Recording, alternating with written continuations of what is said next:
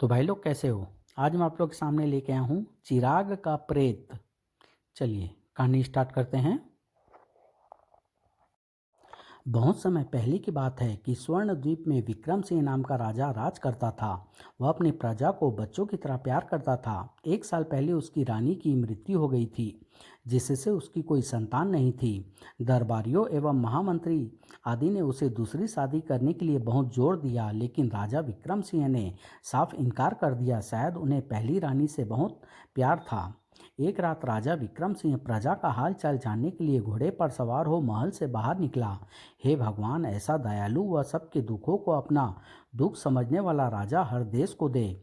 एक शहर में प्रवेश करते ही राजा ने अपना घोड़ा एक पेड़ से बांध दिया और पैदल ही एक और चल दिया। शहर में जाकर राजा गली गली घूमने लगा। जब वह एक गली से गुजर रहा था तो उसे एक घर से किसी स्त्री की आवाज़ आती सुनाई दी। आहा, आज मैं बहुत खुश हूँ राधिका। ऐसा क्या हुआ सखी? वे दो घनिष्ठ सहेलियां थीं।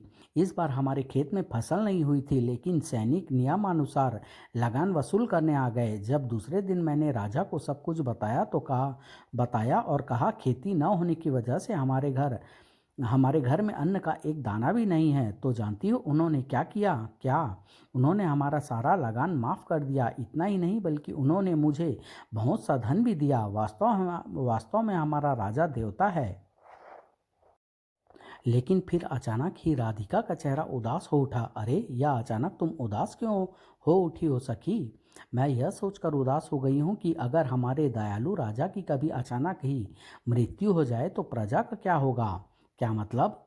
मतलब यह कि हमारे राजा की पहली पत्नी से कोई संतान नहीं हुई और राजा दूसरी शादी करना नहीं चाहता। अब तुम ही सोचो कि उनके बाद राज्य का उत्तराधिकारी कौन होगा? कौन हमारे दुख सुख का इतना ध्यान रखेगा? हाँ सखी, यह तो वास्तव में एक जटिल प्रश्न है। कहीं ऐसा न हो कि राजा की मृत्यु के बाद राजगद्दी के लोभ में प्रजा में मारकाट मच जाए और इसके साथ ही पूरे देश की खुशहाली एवं शांति समाप्त हो जाए। तुम ठीक कहती हो सखी, राजा को अपने लिए न सही प्रजा के लिए तो दूसरा विवाह कर ही लेना चाहिए। हाँ, अगर उन्होंने ऐसा नहीं किया तो सारी प्रजा का जीवन अंधकारमय हो जाएगा और इस राज्य का उद्धार फिर कभी नहीं हो सकेगा। राजा उससे आगे कुछ नहीं सुन सका। वह जल्दी से अपने घोड़े के पास पहुंचा और उस पर सवार होकर अपने महल की ओर चल पड़ा। वे दोनों युवतियां ठीक ही कह रही थी। अब मैं दूसरा विवाह करूंगा, लेकिन अपने लिए नहीं, बल्कि प्रजा तथा राज्य के हित के लिए, और ऐसा करना आवश्यक है। राजा महल पहुंचकर बिस्तर पर जा लेटा, लेकिन उस रात उसे जरा भी नींद नहीं आई और वह बेचैनी से बिस्तर पर करवटें बदलता रहा। दूसरे दिन राजा अपना दिल बहलाने के लिए अपने सेनापति व कुछ सैनिकों के साथ शिकार करने जंगल में गया। लेकिन सुबह से दोपहर हो गई मगर हमें कोई शिकार नहीं मिला। लगता है इस जंगल के सारे जानवर खत्म हो गए हैं। तभी राजा की दृष्टि एक हिरण पर पड़ी। वाह, आखिर एक शिकार दिखाई दे ही गया। बेशक छोटा है, लेकिन खाली हाथ लौटने से वही बेहतर है। और राजा ने बिना सेनापति एवं सैनिकों से कुछ बोले अपना घोड़ा उस हिरण के पीछे दौड़ा दिया, जबकि सैनिक आदि उस हिरण को नहीं देख पाए थे। अरे, यह अचानक महाराज हमें बिना कुछ बताए कहाँ चल दिए? जरूर कोई खास बात है। हमें उनके पीछे चलना चाहिए, कहीं वे मुसीबत में ना पड़ जाएं। आप ठीक कहते हैं, जल्दी चलिए, महाराज काफ़ी दूर निकल चुके हैं। सैनिकों ने पीछा किया, लेकिन तब तक राजा बहुत दूर निकल चुका था। ओह, पता नहीं वे किस दिशा में चले गए। आओ कुछ और आगे चलकर उन्हें ढूंढते हैं। इधर राजा उस हिरण का काफी दूर तक प्रतीक्षा करने के पश्चात उसका निशाना लेने में सफल हो गया। वो मारा।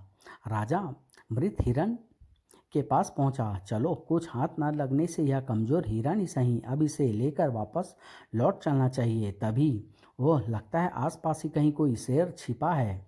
लेकिन अभी वह संभल भी नहीं पाया था कि उफ, पहले ही आक्रमण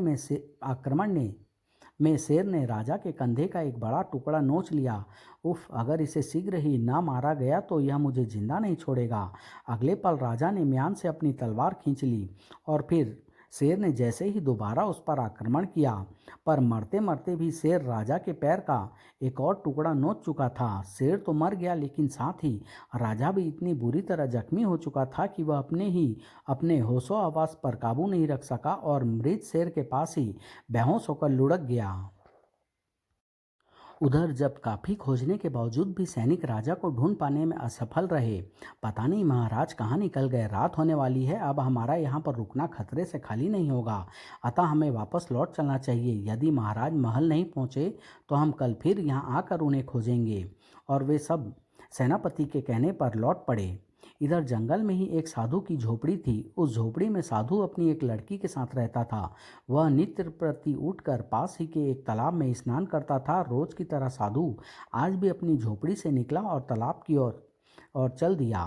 तालाब में जाकर पहले वह नहाया, फिर उसने सूर्य देवता को जल चढ़ाया। तत्पश्चात अपने कमंडल में पानी भरकर वह फूलों की घाटी की ओर चल दिया। फूलों की घाटी पहुंचकर उसने बहुत से फूल तोड़कर कमंडल में डाले और अपनी झोपड़ी की ओर चल दिया। मार्ग में, हे भगवान, इस खतरनाक जंगल में वह कौन अभागा पड़ा है? ओह, उसके निकट ही दो मृत जानवर भी पड़े हैं। निकट पहुंचने पर यह तो बुरी तरह जख्मी है। यदि जल्दी ही इसका उपचार नहीं किया गया तो यह मर जाएगा। साधु ने जल्दी से उसे कंधे पर डाला और अपनी झोपड़ी की ओर चल दिया। वेशभूषा और चेहरे से तो यह कोई राजा प्रतीत होता है और शिकार करते करते शायद खुद भी शेर का शिकार हो गया है। जब साधु अपनी झोपड़ी में पहुंचा, पिताजी, यह जख्मी कौन है? बेटी, यह तो मैं स्वयं भी नहीं जानता कि यह कौन है। हाँ, वेशभूषा से कोई राजा या राजकुमार प्रतीत होता है।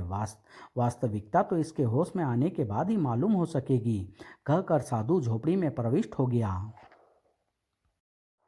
अंदर जाकर उसने राजा को एक चारपाई पर लिटा दिया। बेटी स्वर्णा, मैं इसके लिए दवा लेने जा रहा हूँ, तब तक तुम गर्म पानी करके इसके जख्मों को साफ कर दो। जी पिताजी। साधु बाहर चला गया और स्वर्णा अपने काम में लग गई। साधु पास ही जाकर कुछ वृक्षों की टहनियाँ और पत्तियाँ तोड़ लाया। बेटी, ये कुछ पत्तियाँ और छाल है, तुम इन्हें पीसकर पानी में मिलाकर इसे पिला देना और कुछ इसके जख्मों पर बांध देना। मैं अभी इसके हथियार और मुकुट लेकर आता हूँ। बहुत अच्छा पिताजी। अपने पिता के जाने के बाद स्वर्णा ने छाल और पत्तियों को पहले पीसा, फिर उनका कुछ अंश पानी में मिलाकर राजा को पिला दिया और बाकी का उसके जख्मों पर लेप कर दिया। शीघ्र ही, आह, मैं कहाँ हूँ? मुझे यहाँ कौन लाया है और आप कौन हैं? मेरा नाम स्वर्णा है। आप इस समय हमारी ही कुटिया में हैं। आपको यहाँ पर मेरे पिताजी लाए हैं। उन्हें आप जंगल में जख्मी पड़े मिले थे। शायद आपकी लड़ाई किसी शेर से हुई थी और आप जख्मी हो गए थे। ओह, राजा कुछ सोचने लगा। शीघ्र ही उसे सब कुछ याद आ गया। हाँ, मेरी लड़ाई शेर से हुई थी और तभी शायद मैं जख्मी होकर बेहोश हो गया था। तभी साधु भी आ गया। लीजिए, पिताजी भी आ गए हैं। अब कैसे हो बेटे? ठीक हूँ बाबा, लेकिन अरे बेटा, तुम उठो नहीं, लेटे रहो वरना तुम्हें तकलीफ होगी। जी बहुत अच्छा। जाओ बेटी, अब तुम नहा धो लो। जी पिताजी। स्वर्णा के जाने के बाद, अब बताओ बेटा, तुम कौन हो और कहाँ रहते हो? बाबा, मेरा नाम विक्रम सिंह है और ओह, कहीं तुम स्वर्णद्वीप के राजा विक्रम सिंह तो नहीं? हाँ बाबा, मैं स्वर्णद्वीप का ही राजा हूँ, लेकिन बाबा, आप मुझे कैसे जानते हैं? यह बहुत लंबी कहानी है बेटा, फिर कभी बताऊँगा, अब तुम आराम करो। नहीं बाबा, मैं यह सब अभी मालूम करना चाहता हूँ। साधु ने पहले एक लंबी सांस खींची, फिर कहना शुरू किया, मैं तुम्हारे पड़ोसी राज्य का राजा जनक सिंह हूँ। क्या कहा? आप राजा हैं? हाँ, कभी राजा था, लेकिन अब तो अपना राजपाट छोड़कर इस जंगल में साधु का जीवन निर्वाह कर रहा हूँ। मैं कुछ समझा नहीं, आप पूरी बात बताएं बाबा। इस समय तो हमारे पड़ोसी देश का राजा उधम सिंह है। हाँ, इस समय तो वही मक्कार, गद्दार व फरेबी उस देश का राजा है, जबकि बहुत समय पहले उस राजगद्दी पर मैं बैठता था और उधम सिंह, जो आज वहाँ का राजा है, मेरा सेनापति था। साधु कहता चला गया। दरअसल वह पहले एक मामूली सैनिक था, लेकिन एक युद्ध में उसने बहुत बहादुरी दिखाई। तब मैंने उसे सिपाही से सेनापति बना दिया। उधम सिंह, तुम्हारी बहादुरी और वीरता के कारण आज से मैं तुम्हें सेनापति नियुक्त करता हूँ। मैं इस ओहदे को कभी बदनाम नहीं होने दूंगा महाराज। महाराज अमर रहे, महाराज की जय। सेनापति बनते ही वह अपनी औकात भूल गया और मेरी लड़की स्वर्णा पर प्रेम के डोरे डालने लगा। स्वर्णा, हम तुम्हें अपनी रानी बनाना चाहते हैं। क्या कहा पाजी? जिस थाली में खाते हो उसी में छेद करने की सोच रहे हो? ठहरो, मैं अभी जाकर पिताजी से कहती हूँ। तुम्हारा बूढ़ा पिता मेरा कुछ नहीं बिगाड़ सकता स्वर्णा, देख लेना, एक दिन वह मेरी कैद में होगा और तुम मेरी रानी बनोगी। और मेरी बेटी घबराकर वहाँ से भाग आई और उसने मुझसे शिकायत की। क्या कहा? उस नीच की यह मजाल कि तुमसे विवाह करने का स्वप्न देखे। तुम चिंता मत करो बेटी, मैं उस गुस्ताख को उसकी गुस्ताखी की सजा अवश्य दूंगा। मेरा क्रोधित होना स्वाभाविक था, लेकिन मैंने जल्दबाजी से काम न लेकर अपने एक वफादार आदमी को उसके पीछे लगा दिया, क्योंकि मैं यह जानना चाहता था कि उस नीच ने इतनी बात किस आधार पर कही है। कुछ ही दिनों में मेरे उस वफादार आदमी ने मुझे बहुत ही रोमांचक भेदों से अवगत अवगत कराया। महाराज, सेनापति ने सारी सेना को अपने अधिकार में कर लिया है। वक्त पड़ने पर वे सेनापति के आदेश पर आपको कैद भी कर सकते हैं। इसके साथ साथ ही उस दुष्ट ने राज्य में कुछ उच्च अधिकारियों एवं मंत्रियों को भी अपनी ओर मिला लिया है। मेरे जासूस ने मुझे यह भी खबर दी कि सेनापति उस रात महल के पीछे उद्यान में कोई सभा करने वाला है। मैं वहां पहले से ही एक पेड़ पर जाकर बैठ गया। जब बहुत अंधेरा हो गया तो वास्तव में सेनापति बहुत से लोगों के साथ वहां पहुंचा। कल की रात एक अनोखी रात होगी। परसों की सुबह सूरज की किरणें एक नया संदेशा लेकर आएगी। परसों गद्दी पर राजा के रूप में मैं स्वयं बैठा तुम लोगों को पुरस्कार वितरित कर रहा होऊंगा। अतः हमने यह आवश्यक समझा कि आज तुम सभी को तुम्हारा काम समझा दिया जाए। अपनी बात कहते हुए वह एक क्षण को रुका और अपने सामने बैठे एक सैनिक की ओर देखकर बोला, सूरज सिंह, कल से तुम्हारी सेवाएं महाराज के निजी कक्ष पर प्रहरी के रूप में शुरू होगी।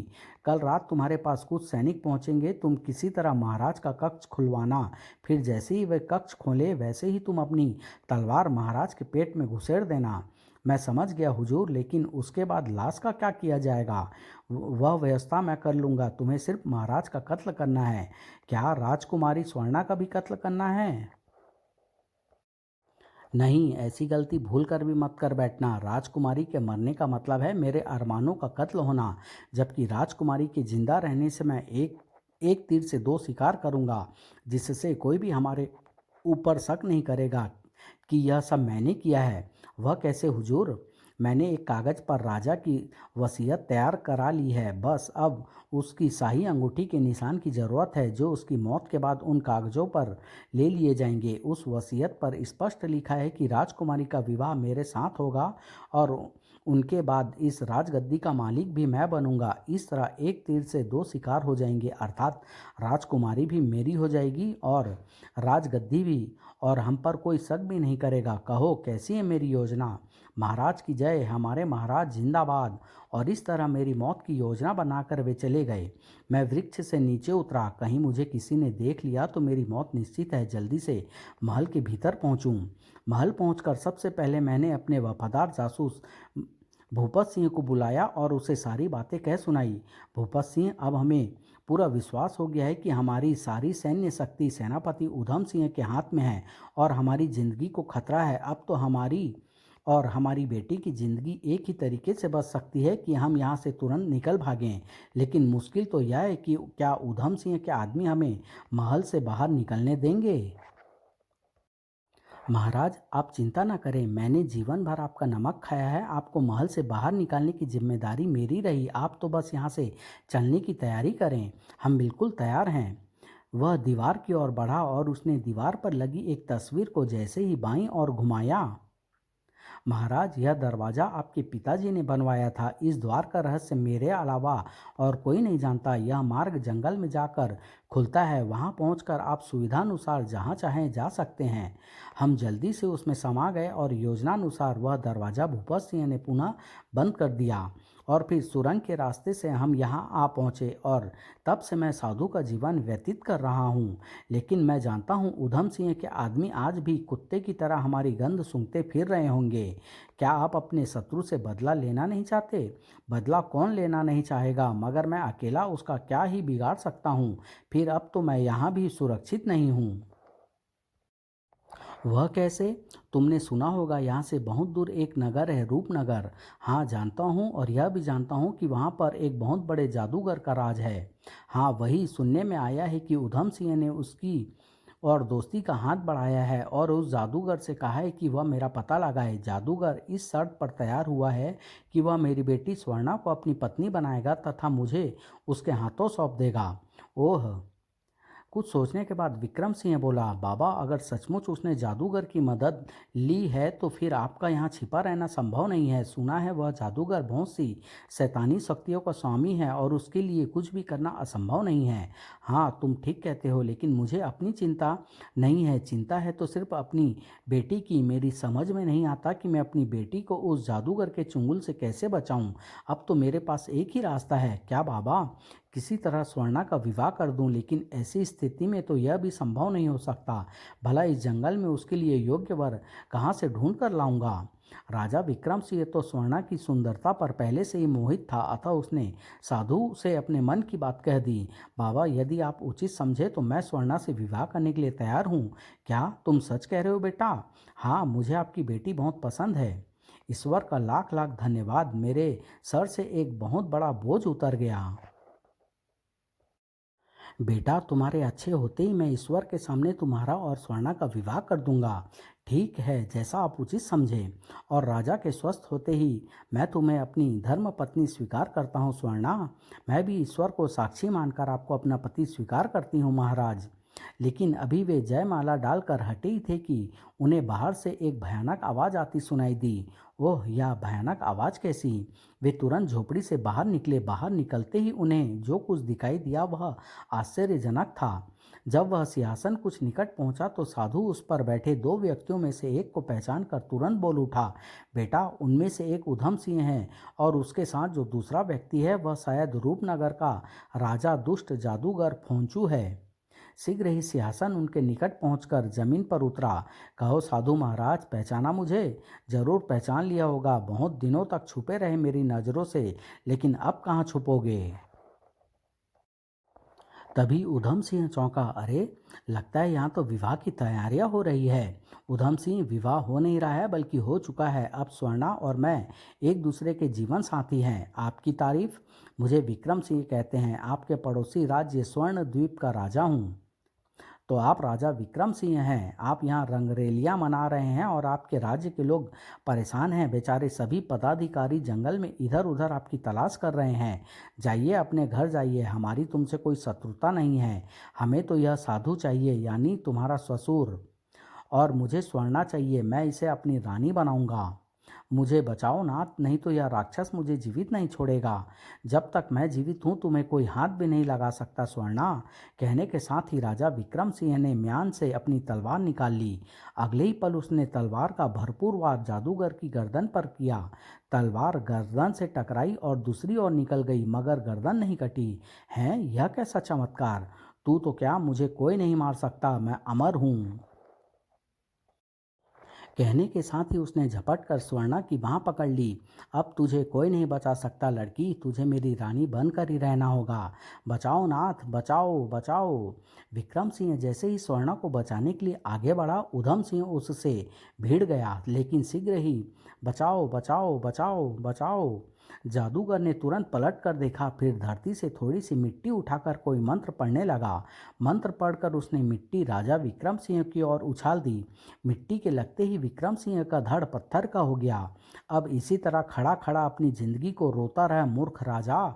जादूगर ने फिर मिट्टी उठाई और इस बार साधु यानी राजा जनक सिंह के ऊपर उछाल दी। मिट्टी के गिरते ही सिर को छोड़कर उनका भी सारा शरीर पत्थर का हो गया। उसके बाद जादूगर ने स्वर्णा को अपने कंधे पर डाला और सिंहासन की ओर बढ़ गया। मैं सोच रहा था कि तुम लोगों को मौत के घाट उतार दूं, लेकिन नहीं, अब नहीं मारूंगा तुम दोनों। अब इसी तरह जीवन भर जिंदगी के लिए तरसते रहोगे। फिर उधम सिंह भी जाकर जादूगर के बराबर में बैठ गया। तब जादूगर ने कोई मंत्र पढ़ा और सिंहासन ऊपर उड़ने लगा और देखते ही देखते उनकी आंखों से ओझल हो गया। अब क्या होगा विक्रम बेटे, हम दोनों तो किसी मतलब के नहीं रहे। इससे तो अच्छा होता वह हमें जान से मार डालता। मुसीबत में ही साहस और धैर्य की परख होती है पिताजी, हिम्मत ना हारे। कम से कम इतना तो है कि हम लोगों के सिर पत्थर के नहीं हुए, वरना हम किसी से अपनी पीड़ा भी नहीं कह पाते। तुम ठीक कहते हो बेटा, लेकिन यहाँ जंगल में हमारी बात सुनने के लिए कौन आएगा? आसपास तो क्या, दूर दूर तक कोई नहीं है। वह देखिए पिताजी, सामने से दो साधु आ रहे हैं, शायद वे ही हमारी कुछ मदद कर सकें। ओह, शीघ्र ही। बाबा जी, हमारा प्रणाम स्वीकार करें, आयुष्मान भव हो। ये कहानी मैं यहीं समाप्त कर रहा हूँ। 2 भागों में लेके आऊँगा, बहुत जल्द आप लोग के सामने लेके आऊँगा। धन्यवाद।